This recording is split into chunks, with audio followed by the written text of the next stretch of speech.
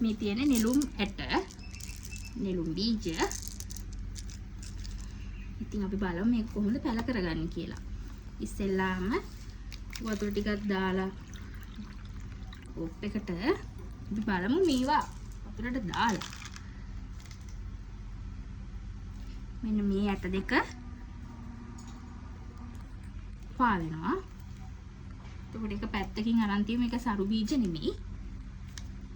තියලා වැලි කඩදාසියක් ගන්න ඕනේ අපි.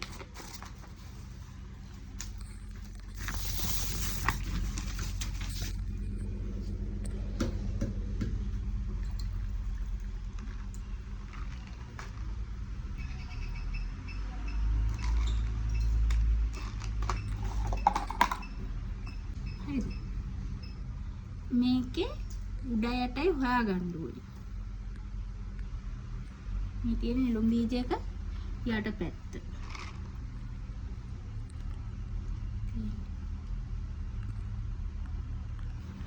මේක සුදු පාට, මේ ඇතුලේ පොඩි සුදු පාට මදයක් තියෙනවා. ඒක එනකම් ගාන්න තියෙන්නේ.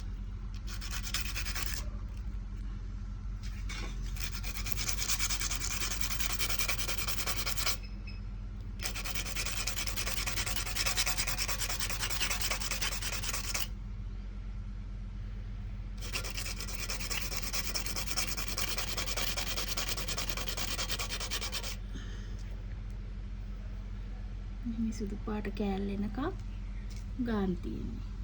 මේක අයින් කර. අයින් කර. මෙන්න මේ වගේ සුදු පාටට එනකම්ම, අර දුමුරු පාටකින් සුදු පාටට එනකම්ම අපි මේ වැලි කඩදාසියක මේක ගා ගන්න ඕනේ. දැන් ඊට පස්සේ අපි මේක වතුර දා ගන්න ඕනේ. පිරිසුදු වතුර, ක්ලෝරින් වතුර නැතුව අපිට ලින් ජලය වගේ ගන්න පුළුවන් නම් ගොඩක් හොඳයි.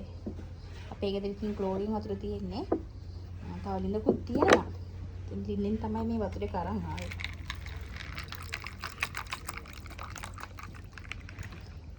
මෙහින් වතුර දාලා අපි මේක තියන්න ඕනේ හිරු එළිය වැටෙන තැනක.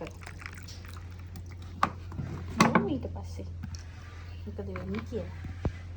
මෙන්න මේ විදියට හිරු එළිය වැටෙන ස්ථානයක තියන්න.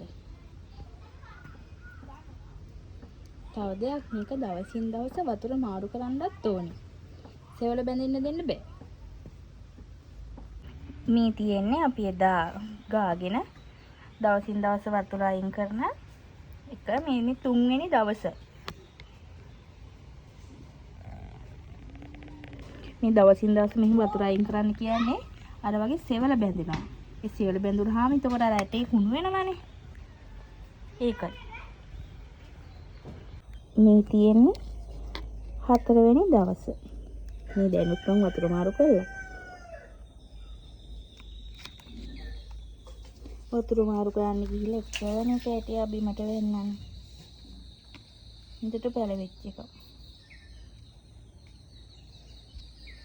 අර ඊයේම ඇවිල්ලා තිබ්බ මේ දලු ටික දැන් සමහරක් අයත් එනවානේ.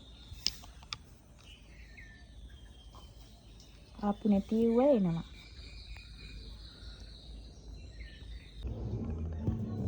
මේ තියෙන්නේ අද 5 වෙනි දවස.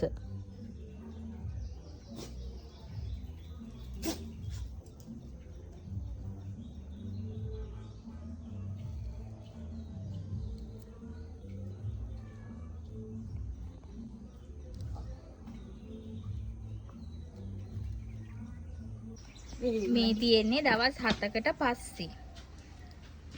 තාම මුල් ඇදලා එහෙම නැහැ.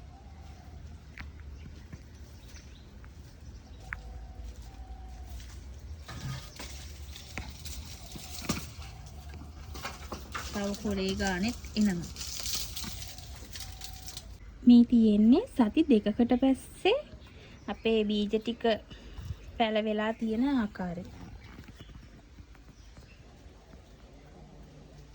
තව කොලයක් එහෙම ඇවිල්ලා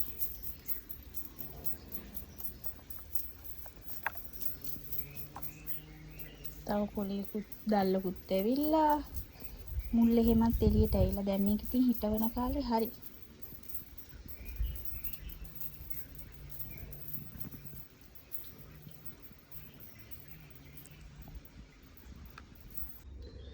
මේ තියෙන්නේ එකක් හිටවලා.